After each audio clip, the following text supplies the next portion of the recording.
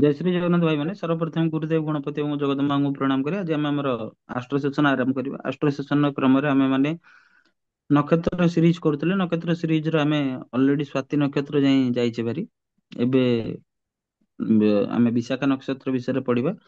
ये नक्षत्र जो छोट छोट सीरीज रोज छोट छोट जो पार्ट रोच नक्षत्र एटा बहुत ही इम्पोर्टाट। जदियो एटा मन न रहिबो जदियो एटा मन न रहिबो तथापि किछि किछि मन रखिबा दरकार। ସମସ୍ତଙ୍କୁ ତ ପ୍ରାୟତଃ ମନେ ରହିବନି କାରଣ 27ଟା ନକ୍ଷତ୍ର ସବୁ କିଛି କ୍ୟାରେକ୍ଟରିଷ୍ଟିକ ମନେ ରଖିବା ଏତେ ଇଜି ବ୍ୟାପାର ନୁହଁ।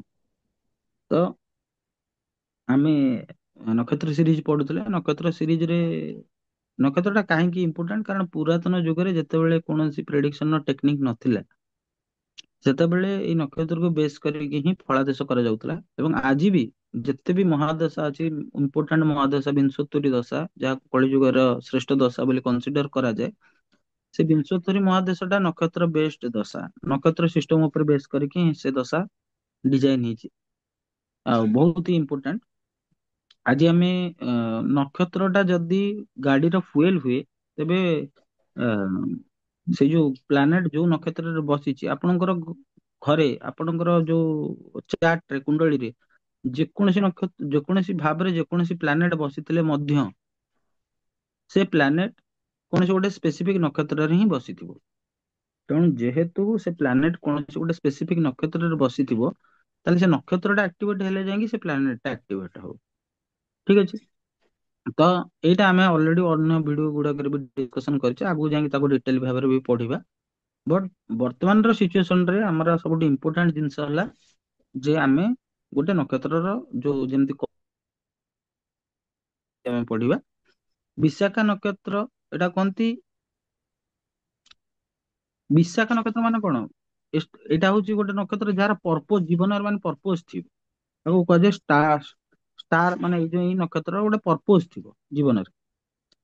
ଏଇ ନକ୍ଷତ୍ରର ଦେବତା ହଉଛନ୍ତି ଇନ୍ଦ୍ର ଏବଂ ଅଗ୍ନି। ଇନ୍ଦ୍ରାଗ୍ନି। ଇନ୍ଦ୍ର ଏବଂ ଅଗ୍ନି। ଇଏ ନକ୍ଷତ୍ରର ମାନେ ଯୋଉ ସେ ସିମ୍ବଲ ହଉଛି ନକ୍ଷତ୍ରର ସିମ୍ବଲ ହଉଛି ଆପଣ ଇଣ୍ଡିଆ ଗେଟ୍ ଦେଖିଛନ୍ତି ଇଣ୍ଡିଆ ଗେଟ୍ ଯୋଉ ଭଳିଆ ସେଇଭଳିଆ ସିମ୍ବଲ। ତାକୁ ଆମେ ଇଂଲିଶରେ ଯଦି କହିବା ଟ୍ରାଇମ୍ଫଲ ଆର୍କ। ଇଣ୍ଡିଆ ଗେଟ୍ ଭଳିଆ ସିମ୍ବଲ। ୟାକୁ ଏଇ ନକ୍ଷତ୍ରକୁ ଯୋଉ ପ୍ଲାନେଟ ରୁଲ କରନ୍ତି ଗ୍ରହ ରୁଲ କରନ୍ତି ସେ ହଉଛନ୍ତି ଜୁପିଟର। ଧର୍ମ ଅର୍ଥ କାମ ମୁଖ୍ୟ ଯୋଉ ଚତୁର୍ବର୍ଗ ପୁରୁଷାର୍ଥ ରହିଛି ଏଇ ନକ୍ଷତ୍ର ଧର୍ମ ପୁରୁଷାର୍ଥ ଅଣ୍ଡରରେ ଯାଏ।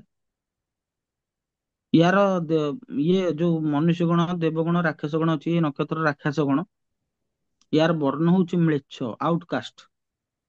ଏଇ ନକ୍ଷତ୍ରର ନିଜସ୍ୱ ବର୍ଣ୍ଣ ହଉଛି ମ୍ଲେଚ୍ଛ ଆଉଟକାଷ୍ଟ। ଏବଂ ୟାର ନିଜସ୍ୱ ତତ୍ଵ ହଉଛି ଅଗ୍ନି ତତ୍ଵ। ବ୍ରହ୍ମା ବିଷ୍ଣୁ ମହେଶ୍ଵର ଯୋଉ ତିନି ଦେବତା ଅଛନ୍ତି ଏଇ ନକ୍ଷତ୍ରର ତ୍ରିମୂର୍ତ୍ତି ହିସାବରେ ଦେବତା ହଉଛନ୍ତି ବ୍ରହ୍ମା। ଏବଂ ଏଇ ନକ୍ଷତ୍ର ଯୋଉ ପ୍ରାଣୀ ରିପ୍ରେଜେଣ୍ଟ କରେ ସେ ହଉଛି ବାଘ।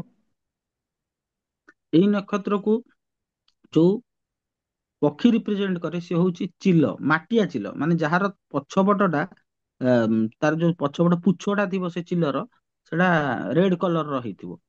ଆକୁ ଓଡିଆରେ ଜେନେରାଲି ଆମେ ମାଟିଆ ଚିଲ ବୋଲି ହିଁ କହୁ। ତା ପଛପଟଟା ରେଡ ରେଡ କଲର ଟାଇପ ର ହେଇଥିବ।